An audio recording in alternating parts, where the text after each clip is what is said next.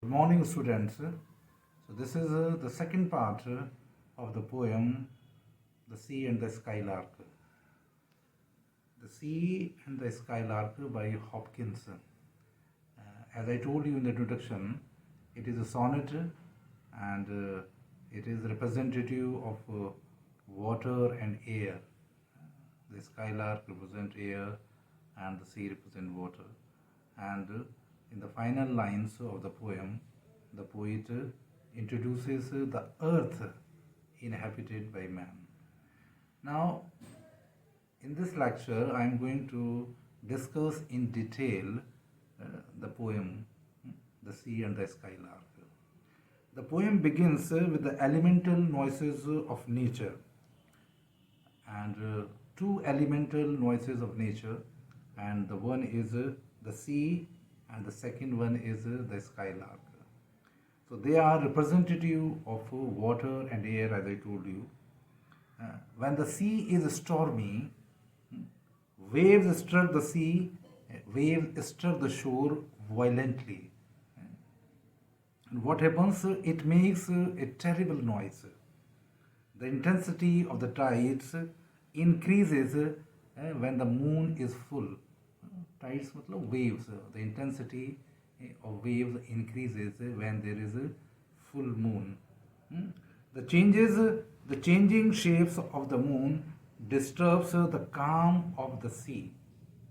Sometimes there is low lull. The poet tries to represent the noise of the sea. Low lull, sometimes low lull, but on many occasions there is a rising sound, roaring sound, you can say.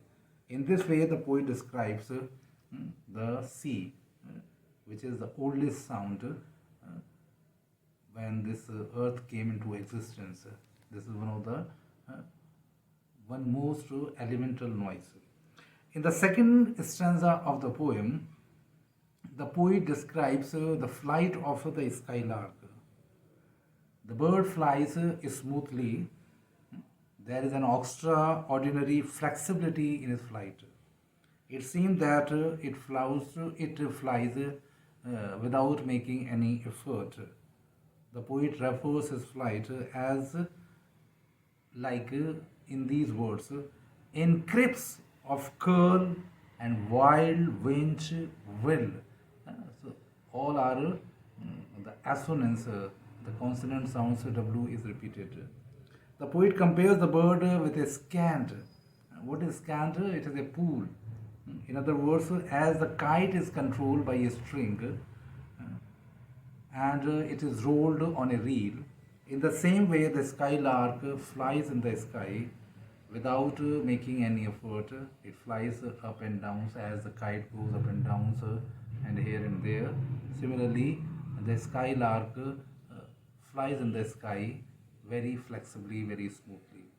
The poet refers the bird songs in these words: pour and pelt music.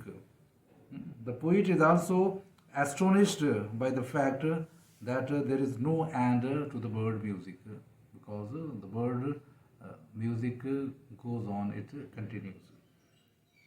Now, after describing these two elemental noises of the word, one is the roaring sea and the second one is the bird skylark.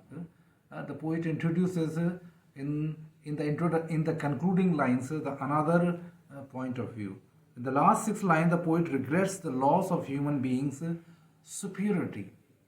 Human beings are the supreme creation of God, but they have lost this status due to immoral activities, due to, you can say, moral, unethical activities, or you can say the wrong activities. They are out of tune with nature. The urbanization has robbed the beauty of nature. The nature has also pushed off. The growing industrialization is creating havoc. It is destroying nature. Therefore, by practicing all these unethical doings, man have lost the cheer and charm of earth past prime. So the poet is agonized by the degeneration, by the loss of innocence, and you can say that by going away from nature of human beings, they have lost their superiority.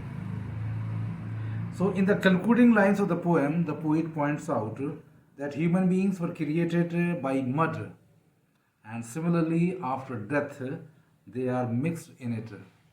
In other words, there is no stability in his existence. There is no continuity, there is no existence of human's life.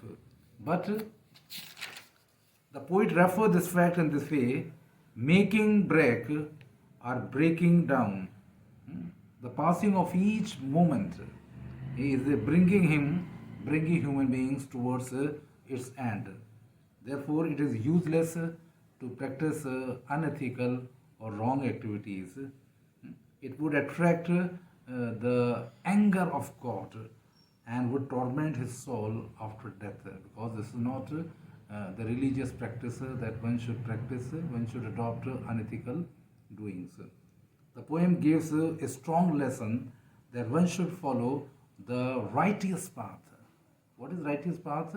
The path of goodness, the goodwill, so that nature should continue, and we should not depend on mechanization or industrial revolution, but we should pay attention to nature.